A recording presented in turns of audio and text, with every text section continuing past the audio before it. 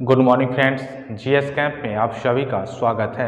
आज हम लोग प्रतियोगिता दर्पण के मार्च महीने के कुछ इम्पोर्टेंट करेंट अफेयर देखेंगे। फर्स्ट ऑफ ऑल देखते हैं कि महिलाओं के अंडर 19 विश्व कप T20 का है। किसका है? T20 का। इस बार जो है ना भारत विजेता बना है। कौन? तो भारत विजेता बना है इंग्लैंड को हराकर। ये पॉइंट आपको याद रखना है। नेक्स्ट पॉइंट देखते हैं कि श्वेता शेहरावत, ये भारतीय खिलाड़ी है। श्वेता शेहरावत 297 रन बनाई है, सर्वाधिक रन श्वेता शेहरावत ने बनाई है। और मैगी क्लार्क जी ऑस्ट्रेलिया के खिलाड़ी है, 12 विकेट ली है। ये पॉइंट आपको याद रखना है। अगला जो नेक्स्ट जो T20 विश्व कप महिलाओं का होगा 2025 में होगा। 2025 में होगा, थाईलैंड और मलेशिया के मेजबानी में होगा। ये पॉइंट आपको याद रखना है। मलेशियाई ओपन 2023 देख लेते हैं, बैडमिंटन में होता है ये।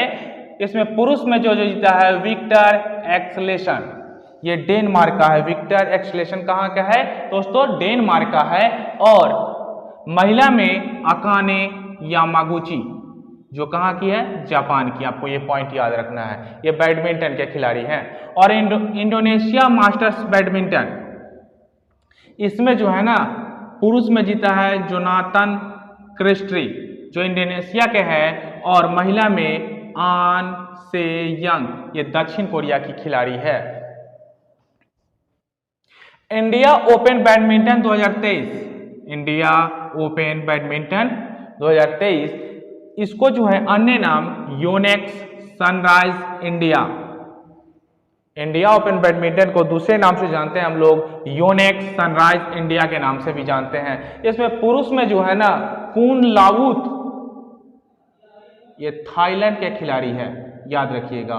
और आन से यंग जो है ना, ये दक्षिण कोरिया, दक्षिण कोरिया की खिलाड़ी है, आपको याद रखिएगा। और मुंबई के आदित्य मित्तल 77वां ग्रैंड मास्टर बने हैं। ये ग्रैंड मास्टर जो है शतरंज में होता है, याद रखिएगा। शुभम गिल जो है ना एक दिवसीय अंतर्राष्ट्रीय क्रिकेट में दोहरा शतक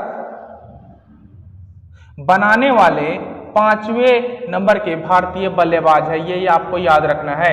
और जयदेव उनादकट ने रणजी ट्रॉफी के पहले ओवर में ही हैट्रिक बनाया है। और ये हैट्रिक बनाने वाले पहले क्रिकेटर हैं। 88 वर्षों के बाद ये कोई क्रिकेटर जो है पहले ओवर में ही हैट्रिक बनाया है, जिनका नाम है जयदेव उनादकट। रणजी ट्रॉफी में आपको ये पॉइंट याद रखना है।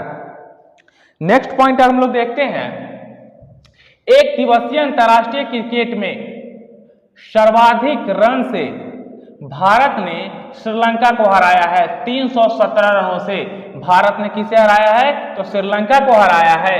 और नेक्स्ट पॉइंट देखते हैं कि ऑस्ट्रेलिया ओपन 2023 का ये जो है ना बैट टेनिस में होता है। किस में होता है? ऑस्ट्रेलिया ओपन टेनिस में होता है। ये जो है पुरुष में नोवाक जोकोविच जो है सर्बिया का खिलाड़ी है। आपको ये पॉइंट याद रखना होगा। और आर्यना शबालेंका, ये बेलारूस की है, ये महिला खिलाड़ी है। शबालेंका महिला खिलाड़ी है और नोवाक जोकोविच पुरुष खिलाड़ी हैं। विश्व कप हॉकी 2023 का आयोजन जो है भारत में किया गया। यह 15वां आयोजन था। और कहाँ किया गया? तो उड़ीसा के भुवनेश्वर में। ये पॉइंट याद रखना है आपको। और इसमें जो है ना विश्व कप हॉकी 2023 में विजेता जो है जर्मनी बना है। कौन विजेता हुआ है? जर्मनी हुआ है। और किसे हराया है? तो बेल्जियम को हराया है। ये पॉइंट आपको याद रखना है। भारत का स्थान जो है ना 9वां है। भारत का स्थान जो है 9वां है। और जेरेमी हावर्ड ने सर्वाधिक 9 गोल किए हैं। कौन किया है? Jeremy Howard. ये नाम आपको याद रखना है कि विश्व कप हॉकी में सर्वाधिक गोल किसने किया है? तो जेरेमी हावर्ड ने किया है 9 गोल। और सर्वश्रेष्ठ खिलाड़ी जो है ना निकलास वेलेन। सर्वश्रेष्ठ खिलाड़ी का पुरस्कार किसे दिया गया है? निकलास वेलेन को दिया गया है। और 2026 में 16वां जो विश्व कप हॉकी होगा वो बेल्जियम और नीदरलैंड के में होगा। दोस्तों याद रखिएगा, बेल्जियम और नीदरलैंड में होगा 2026 में। नेक्स्ट पॉइंट देखते हैं कि कैप्टन शिवा चौहान, कैप्टन शिवा चौहान एक महिला है जो सियाचिन, विश्व के सर्वाधिक ऊंचाई पर युद्ध स्थल है सियाचिन, उस पर तैनात होने वाली पहली महिला है। याद रखना है आपको, पहली महिला है युद्ध स्थल सियाचिन। शरद यादव, ये 75 वर्ष की आयु में गुरुग्राम के एक अस्पताल में इनका देहांत हो गया है। और ये जो है ना 7 बार लोकसभा से चुने गए थे और 3 बार राज्यसभा से चुने गए थे। ये बिहार के हैं, बिहार के नेता थे। ये पॉइंट आपको याद रखना है। Indian science Congress, Indian science Congress 108वां जो है आयोजन जो है नागपुर में हुआ है। ये पॉइंट आपको याद रखना है कि इंडियन साइंस कांग्रेस का आयोजन कहाँ हुआ है? तो नागपुर में हुआ है। 108वां आयोजन हुआ है और इसका थीम था महिला सशक्तिकरण के साथ सतत विकास के लिए विज्ञान और प्रौद्योगिकी। ये पॉइंट आपको याद रखना है। ये कहाँ हुआ है? तो नागपुर में हुआ है। 108वां आयोजन था। ये पॉइंट आपको याद रखना है। साइक्लोन फर्स्ट, साइक्लोन फर्स्ट ये युद्ध अभ्यास है। ये क्या है? युद्ध अभ्यास है, भारत और मिस्र के बीच में होता है। ये इस बार कहाँ हुआ है? जैसलमेर में हुआ है। जैसलमेर कहाँ पड़ता है? तो राजस्थान। आपको ये पॉइंट याद रखना है। कोई भी युद्ध अभ्यास होता है अगर भारत में होता है तो एग्जाम के पॉइंट ऑफ व्यू से काफी इंपॉर्टेंट हो जाता है। ये पॉइंट आपको याद रखना है। नेक्स्ट पॉइंट देखते हैं हम लोग, राष्ट्रीय युवा महोत्सव। राष्ट्रीय युवा महोत्सव 2023 का आयोजन जो है हुबली धारवाड़, ये हुबली धारवाड़ कहाँ पड़ता है? कर्नाटक में हुआ है। ये 26वां आयोजन था। इसका आयोजन क्या हुआ था? 26वें नंबर का आयोजन था। और इसका थीम जो है ना विकसित युवा विकसित भारत। ये 12 जनवरी को मनाया जाता है राष्ट्रीय युवा दिवस, स्वामी विवेकानंद के जन्मदिन पर। आपको ये याद रखना है। और 1985 से ये मनाया जा रहा है। 1985 से ये मनाया जा रहा है और इस बार ये कर्नाटक में हुआ है। इसका थीम था विकसित युवा विकसित भारत। नेक्स्ट पॉइंट देखते हैं, हॉर्नबिल महोत्सव 2022। ये जो हॉर्नबिल जो महोत्सव है 2022 जो आयोजन जो है ये नागालैंड में हुआ है। ये कहाँ हुआ है? नागालैंड में। और ये नागालैंड का स्थापना जो हुआ था ना 1 दिसंबर 1963 में इसका स्थापना हुआ था और इसके मनाने की शुरुआत जो है 2000 ईस्वी से हुई हॉर्नबिल। और जगदीप धनखड़ जो है ना मुख्य अतिथि थे इसमें।